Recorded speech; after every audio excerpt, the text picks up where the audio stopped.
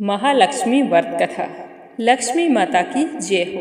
प्राचीन समय की बात है। एक नगर में एक ब्राह्मण दंपति रहा करते थे। वो बहुत ही गरीब थे। ब्राह्मण की पत्नी बहुत ही धर्मपरायण और देवी लक्ष्मी की भगत थी, परंतु उसके पास धन की बहुत ही कमी थी। वो इतने गरीब थे कि उन्हें 2 वक्त का अनाज भी बड़ी मुश्किल से मिल पाता था। हर चीज़ की तंगी थी। बहुत ही मुश्किलों का सामना कर रहे थे।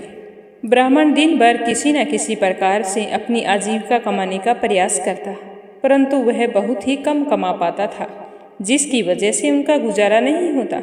इस तरह गरीबी के चलते ब्राह्मण की पत्नी बहुत ही चिंतित रहा करती थी। वो सोचती कि कैसे हमारे परिवार की स्थिति सुधरेगी। एक दिन उसने निश्चय किया कि वह देवी लक्ष्मी की तपस्या करेगी और उनसे प्रार्थना करेगी कि उनके परिवार की आर्थिक स्थिति बेहतर हो जाए।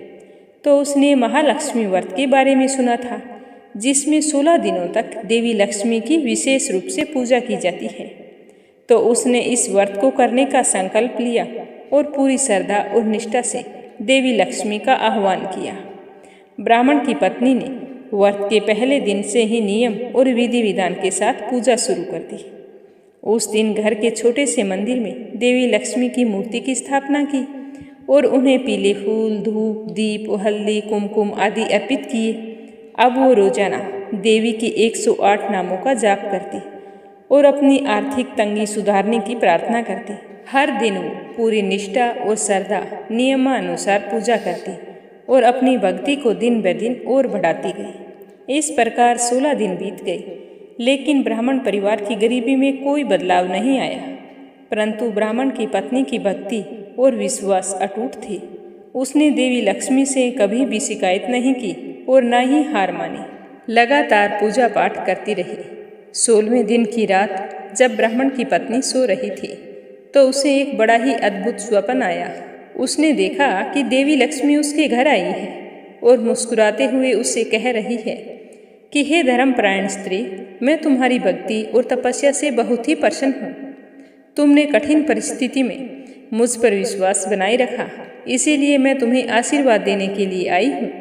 आज के बाद से तुम्हारी सारी समस्याएं समाप्त हो जाएगी और तुम्हारे परिवार को धन धान्य की कोई कमी नहीं रहेगी।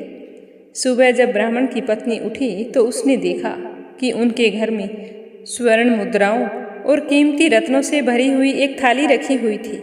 उसके आश्चर्य का कोई ठिकाना नहीं रहा।